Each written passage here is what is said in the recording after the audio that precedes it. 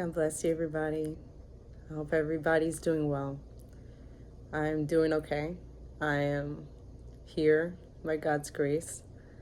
Uh, Recently, I've been going through some things, and I have come to realize time after time throughout this journey, throughout this walk, over the years, that God, He has met me in the places where I created space for Him. God, He met me when I forced myself to be still. And sometimes God had to set up the situation, the circumstances, for me to be still, because it's very difficult at times for me, or many times. And maybe that's something you can relate to. Maybe you have a hard time keeping still, listening to hear what God has to say. It can be easy to rely on other people and other sources, to rely on pastors, on leaders, on guest preachers, on events, in order to hear the voice of God.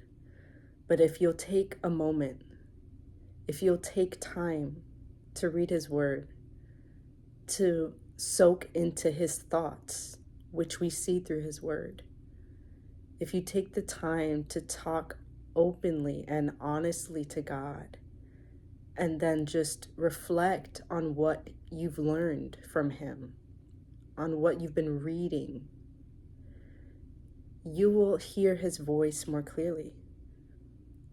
You will be able to distinguish what is my thought, what is something that I didn't think it came from me, something like some kind of crazy thought, some kind of thought that goes against Scripture.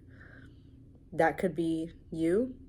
That could also be a suggestion from the enemy. But then there can also be other thoughts that challenge us, like, go pray for that person over there. Why don't you go outside of your comfort zone, outside of your house, and visit a different church with your family, not knowing that God has something set up to speak to you there too.